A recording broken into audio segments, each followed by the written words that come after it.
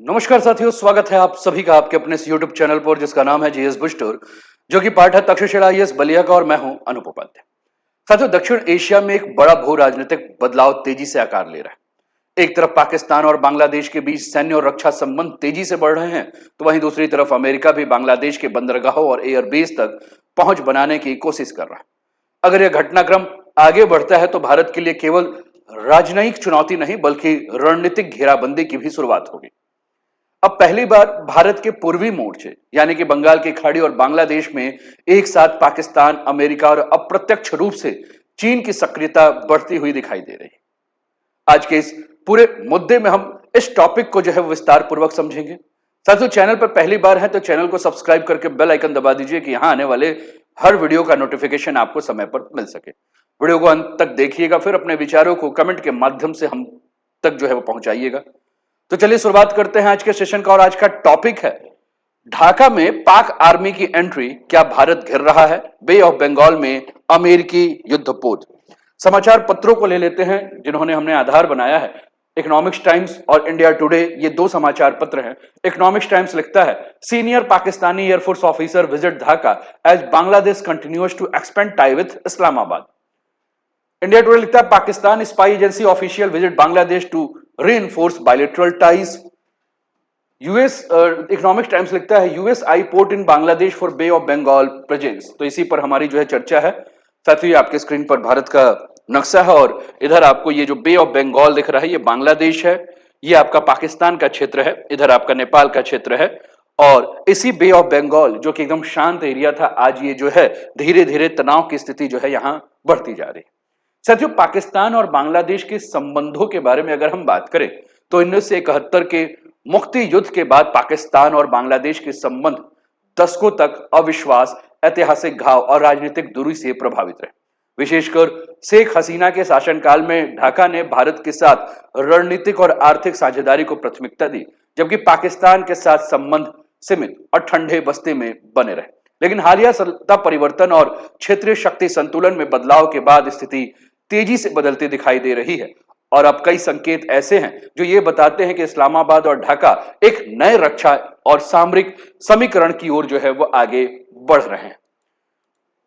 साथियों, पाकिस्तान के विदेश मंत्री की ऐतिहासिक जो ढाका यात्रा हो रही है, जिससे दोनों देश के सैन्य प्रतिनिधि मंडल का लगातार आदान प्रदान हो रहा है, एयरफोर्स के प्रशिक्षण की बात हो रही है, रक्षा सहयोग पर चर्चा की बात हो रही है और संभावित रक्षा समझौते की तैयारी भी हो रही है। बांग्लादेश ऑर्डिनेंस फैक्ट्री के आधुनिकीकरण में पाकिस्तानी सैन्य सहयोग की भी खबरें आ रही हैं और ये घटनाएं केवल सामान्य कूटनीतिक सुधार नहीं मानी जा रही, बल्कि दक्षिण एशिया में बदलते पावर अलाइनमेंट का संकेत भी माना जा रहा है। और यदि शहबाज शरीफ और असीम मुनीर दोनों एक साथ ढाका की यात्रा कर रहे हैं तो इसका प्रतीकात्मक और रणनीतिक महत्व जो है वो बहुत ज्यादा बड़ा हो जाता है साथियों, क्योंकि आप जान रहे हैं कि किस प्रकार से मुनीर के ही हाथ में सारा का है। चाहे वो ईरान का ही मुद्दा हो जिसमें कि एक बिचौलिया, एक मीडिएटर बना हुआ है, कौन? पाकिस्तान। तो उसमें भी असीम मुनीर की जो है रणनीति काम कर रही है। और अगर बांग्लादेश में असीम मुनीर और शरीफ पहुंच रहे तो इसका मतलब है कि ये पूरा का पूरा एक रणनीतिक संदेश ये है कि पाकिस्तान केवल संबंध सुधारने की बात नहीं कर रहा है, बल्कि बांग्लादेश के साथ एक दीर्घकालिक सामरिक साझेदारी जो है वो स्थापित करने का प्रयास कर रहा है। और भारत के दृष्टिकोण से ये इसलिए भी बहुत ज्यादा महत्वपूर्ण हो जा रहा है क्योंकि पहली बार उसकी जो पूर्वी पड़ोस है, पूर्वी जो सीमा है, उस पूर्वी सीमा में अगर हम बात करें तो जियोपॉलिटिकल जो है वो शिफ्टिंग दिखाई दे रहा है, जहां बांग्लादेश धीरे धीरे इंडिया सेंट्रिक सिक्योरिटी फ्रेमवर्क से बाहर निकलकर मल्टी अलाइनमेंट स्ट्रेटजी अपनाने की भी कोशिश कर रहा है। लेकिन इसी बीच में अगर हम बात करें साथियों तो हम अमेरिका को कैसे भूल सकते हैं, क्योंकि अमेरिका भी जिस बात को लेकर शेख हसीना बार बार डर दिखा रही थी, शेख हसीना बार बार कह रही थी कि अमेरिका जो है वो बांग्लादेश में इंटरफेयर कर रहा है और इसमें कोई भी दो राय नहीं है कि शेख हसीना को पद से जो है वो हटाने में अमेरिका का एक बहुत बड़ा हाथ था। बांग्लादेश में जितने भी आंदोलन हुए उस आंदोलन में अमेरिका जो है वो अप्रत्यक्ष रूप से जो है शामिल था, इसमें भी डाउट नहीं। लेकिन जैसे ये सब घटना घटी जिसमें कि अमेरिका का अब प्रवेश जो है वो बांग्लादेश में देखने को मिल रहा है। अमेरिका और बांग्लादेश के बीच में जो रक्षा समझौता हुआ है, ये दूसरा और शायद अभी तक का सबसे महत्वपूर्ण बदलाव है कि बांग्लादेश में अमेरिका की बढ़ती सामरिक और सैन्य रुचि जो बढ़ रही है, इससे इंडो पैसिफिक क्षेत्र में चीन की जो बढ़ती हुई शक्ति है, उसको संतुलित करने के साथ साथ अमेरिका भारत को भी संतुलित करने का प्रयास कर रहा है। साथियों, बंगाल की खाड़ी भारत का था और बंगाल की खाड़ी के क्षेत्र में अगर हम बात कर रहे हैं तो अमेरिका की दखलंदाजी शुरू जो हो चुकी है, यह कहीं ना कहीं वाशिंगटन और ढाका के बीच कई रक्षा और लॉजिस्टिक समझौतों के चर्चा के बाद जो है वो तेज हुई है। साथियों, दोनों के बीच में जो समझौते हो रहे हैं अमेरिका और बांग्लादेश के बीच में, ये समझौता जो है वो GSOMIA यानी कि general security of military information agreement है और इस समझौते के तहत दोनों देशों के बीच में संवेदनशील सैन्य खुफिया जानकारी जो है वो साझा की जाएगी और इसका उद्देश्य यह है कि दोनों देश रक्षा सहयोग, निगरानी क्षमता, सामरिक समन्वय जो है वो बढ़ाना चाहते हैं। इसके अलावा दोनों देशों के बीच में एक और समझौता हो रहा है जिसको कि ACSA समझौता कहते हैं, यानी कि एक्वाजिशन एंड क्रॉस सर्विस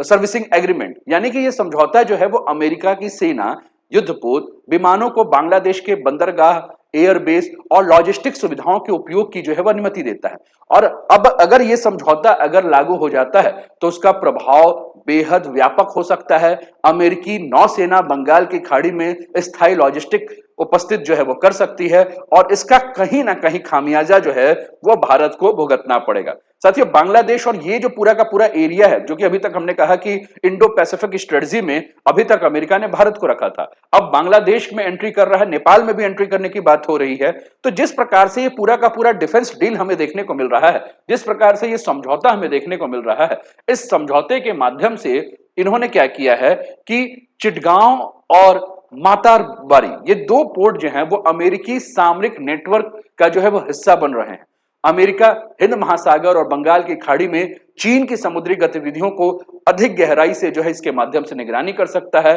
और इंडो पैसिफिक रणनीति के तहत बांग्लादेश एक फॉरवर्ड लॉजिस्टिक हब में भी जो है बदल सकता है। साथियों, भारत के लिए स्थिति इसलिए भी संवेदनशील है क्योंकि बंगाल की खाड़ी लंबे समय से भारत के लिए कंफर्ट जोन मानी जाती थी, लेकिन अब उसी क्षेत्र में अमेरिका की सैन्य पहुंच, पाकिस्तान बांग्लादेश रक्षा सहयोग और चीन की आर्थिक मौजूदगी तीनों एक साथ उभरते दिखाई दे रहे हैं, यानी कि दक्षिण एशिया का पूर्वी समुद्री क्षेत्र अब केवल व्यापारिक गलियारा नहीं बल्कि वैश्विक शक्तियों की प्रतिस्पर्धा का एक नया केंद्र बन गया है।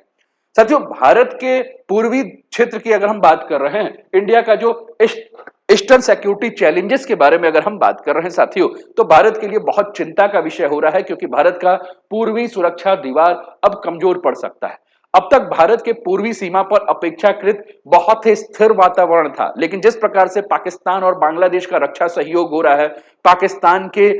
रक्षा मंत्री, पाकिस्तान के प्रधानमंत्री बांग्लादेश पहुंच रहे हैं, अमेरिका की सैन्य पहुंच बांग्लादेश में हो रही है, चीन के आर्थिक प्रभाव बांग्लादेश में हो रहे हैं, तो कुल मिलाकर ये तीनों एक साथ जो सक्रिय हो रहे हैं बांग्लादेश में, इससे भारत की पूर्वी रणनीतिक बढ़त जो है वो कम हो सकती है। भारत को अब केवल पश्चिमी सीमा पे अभी तक पाकिस्तान के साथ तनाव था, लेकिन अब पूर्वी सीमा और समुद्री क्षेत्र भी जो है इस पर भी भारत को अतिरिक्त ध्यान देने की आवश्यकता है। साथियों, कहीं ना कहीं बंगाल की खाड़ी के बारे में अगर हम बात कर रहे हैं, बे ऑफ बंगाल के बारे में अगर हम बात कर रहे हैं, तो ये नया पावर कंपटीशन जोन बनने वाला है और अब तक बंगाल की खाड़ी को दक्षिण एशिया का सबसे शांत और भारत के प्रभावित वाला सामरिक क्षेत्र माना जाता है। लेकिन जिस प्रकार से वैश्विक स्थिति बदल रही है, जिस प्रकार से वैश्विक राजनीति बदल रही है, इंडो पैसिफिक प्रतिस्पर्धा के कारण ये जो क्षेत्र आपको देखने को मिल रहा है, यह धीरे धीरे जियो पॉलिटिकल कॉन्टेस्ट जोन में बदल रहा है और आने वाले समय में यहां तीन प्रमुख शक्तियों की सक्रियता बढ़ जाएगी, अमेरिका, चीन और पाकिस्तान। और अमेरिका का उद्देश्य यही होगा कि इंडो पैसिफिक रणनीति के तहत चीन की समुद्री गतिविधियों की निगरानी की जाए, हिंद महासागर क्षेत्र में अपनी सामरिक उपस्थिति को जो है मजबूत किया जाए। वहीं चीन जो है बंगाल की खाड़ी में अपने ऊर्जा आपूर्ति मार्गों, समुद्री व्यापार नेटवर्क की सुरक्षा के लिए इसे बहुत अत्यंत महत्वपूर्ण मानता है क्योंकि मलक्का स्ट्रेट जो है वो यहीं से है। इसके अलावा अगर हम पाकिस्तान की बात करें साथियों, तो पाकिस्तान बांग्लादेश के साथ जिस प्रकार से अपने रक्षा संबंधों को बढ़ा रहा है, इसके माध्यम से भारत पर पूर्वी दिशा से रणनीतिक दबाव बनाने की कोशिश करेगा और यही कारण है कि बंगाल की खाड़ी अब केवल व्यापार और समुद्री परिवहन का क्षेत्र नहीं रहेगा, बल्कि यह महाशक्तियों की प्रतिस्पर्धा का एक नया केंद्र जो है वो बन जाएगा। भारत के लिए स्थिति विशेष रूप से संवेदनशील और भी हो रही है क्योंकि इसी क्षेत्र में आसपास कई महत्वपूर्ण सामरिक क्षमताएं मौजूद है, जैसे कि परमाणु पनडुब्बी गतिविधियां, पूर्वी नौसैनिक कमान, कई महत्वपूर्ण सैन्य और लॉजिस्टिक अड्डे। अगर अब इस क्षेत्र में बाहरी शक्तियों का इंटरफेरेंस शुरू होता है बे ऑफ बंगाल में, तो बाहरी शक्तियों की सैन्य उपस्थिति जब लगातार बढ़ेगी तो भारत को अपने पूर्वी समुद्री क्षेत्र की सुरक्षा, निगरानी और सामरिक संतुलन बनाए रखने के लिए जो है वो नई रणनीतियों को अपनाना होगा। साथियों, भारत को टू फ्रंट प्रेशर को झेलना होगा, यानी कि भारत लंबे समय से चीन और पाकिस्तान के दोहरे दबाव की जो बात करता है, लेकिन अब एक नया मॉडल उभर कर आ रहा है। पश्चिम में पाकिस्तान, उत्तर में चीन, पूरब में जो है वो अस्थिर बांग्लादेश की अगर हम बात कर रहे हैं, और बाहरी शक्तियों की उपस्थिति, यानी कि भारत की सैन्य योजना और भी ज्यादा भारत को कठिन बनाने की आवश्यकता है। पाकिस्तान जानता है कि सीधे सैन्य शक्ति से वो भारत का मुकाबला नहीं कर सकता है, इसलिए अब वो स्ट्रेटेजिक पार्टनरशिप का रास्ता चुन रहा है। बांग्लादेश के साथ रक्षा सहयोग के माध्यम से जो है पूर्वी भारत में अपनी सामरिक पहुंच बना रहा है, खुफिया नेटवर्क का विस्तार कर रहा है, भारत पर मनोवैज्ञानिक दबाव बना रहा है, और 1971 के बाद जो बांग्लादेश यानी कि पूर्वी पाकिस्तान को पाकिस्तान ने खो दिया था, उसे वापस पाने का जो है वो प्रयास हो रहा है। साथियों, सबसे जटिल हिस्सा इसमें अगर हम बात करें तो अमेरिका की बे ऑफ बंगाल में मौजूदगी है। साथियों, भारत और अमेरिका इंडो पैसिफिक में साझेदार, लेकिन अगर अमेरिका के सैन्य जहाज बांग्लादेश में नियमित रूप से आने जाने लगते हैं तो भारत की रणनीतिक स्वतंत्रता जो है प्रभावित हो जाएगी। भारत की चिंता हो सकती है कि बंगाल की खाड़ी में सैन्यीकरण होगा, बाहरी शक्तियों की स्थायी मौजूदगी होगी, संवेदनशील नौसैनिक गतिविधियों पर निगरानी होगी, क्षेत्रीय शक्ति संतुलन में बदलाव होगा। लेकिन भारत के साथ साथ अगर हम बात करें तो चाइना भी इसको लेकर बहुत ज्यादा चिंतित है, क्योंकि चीन की ऊर्जा सुरक्षा काफी हद तक हिंद महासागर और मलक्का जल डमरू मध्य पर निर्भर है। अगर अमेरिका बांग्लादेश में मजबूत सैन्य पहुंच बना लेता है तो चीन म्यांमार कॉरिडोर पे दबाव बढ़ सकता है, कैफी पोर्ट जो है परियोजना वो प्रभावित हो सकती है, हिंद महासागर में अमेरिकी निगरानी मजबूत हो सकती है, और यह केवल भारत और पाकिस्तान का मुद्दा नहीं होगा बल्कि इंडो पैसिफिक संघर्ष का एक हिस्सा बन सकता है। साथियों, भारत को इस समय क्या करना होगा, भारत को जो है वो ऑपरेशन रिवेंज का हमने कहा कि बदला ले रहा है कहीं ना कहीं, तो स्ट्रेटेजिक टारगेट जो है भारत के लिए क्या हो सकते हैं। तो कभी भी पाकिस्तान अगर पश्चिम से हमला कर रहा है तो पूर्व से बांग्लादेश के माध्यम से Kolkata Siliguri corridor, rail network, port supply lines, military installation, इन सबके ऊपर जो है वो खतरा कर सकता है। यानी कि भारत को सामरिक स्तर पर बंगाल की खाड़ी में नौसैनिक उपस्थिति को बढ़ाना होगा, अंडमान निकोबार के कमान को मजबूत करना होगा, पूर्वी समुद्री निगरानी को बढ़ाना होगा, साथ में ढाका के साथ जो अपने संबंध है, जो भी कूटनीतिक संबंध है, उसको पुनः विचार करने की आवश्यकता जो है वो किसको है, भारत को है। भारत को अपनी पूर्वी समुद्री निगरानी बढ़ानी होगी, आर्थिक सहयोग बढ़ाना होगा, ढाका के साथ कनेक्टिविटी और ट्रेड प्रोजेक्ट को जो है वो तेज करना होगा। इसके अलावा जो क्षेत्रीय गुट है, चाहे हम बिमस्टेक की बात करें, इंडो पैसिफिक सहयोग की बात करें,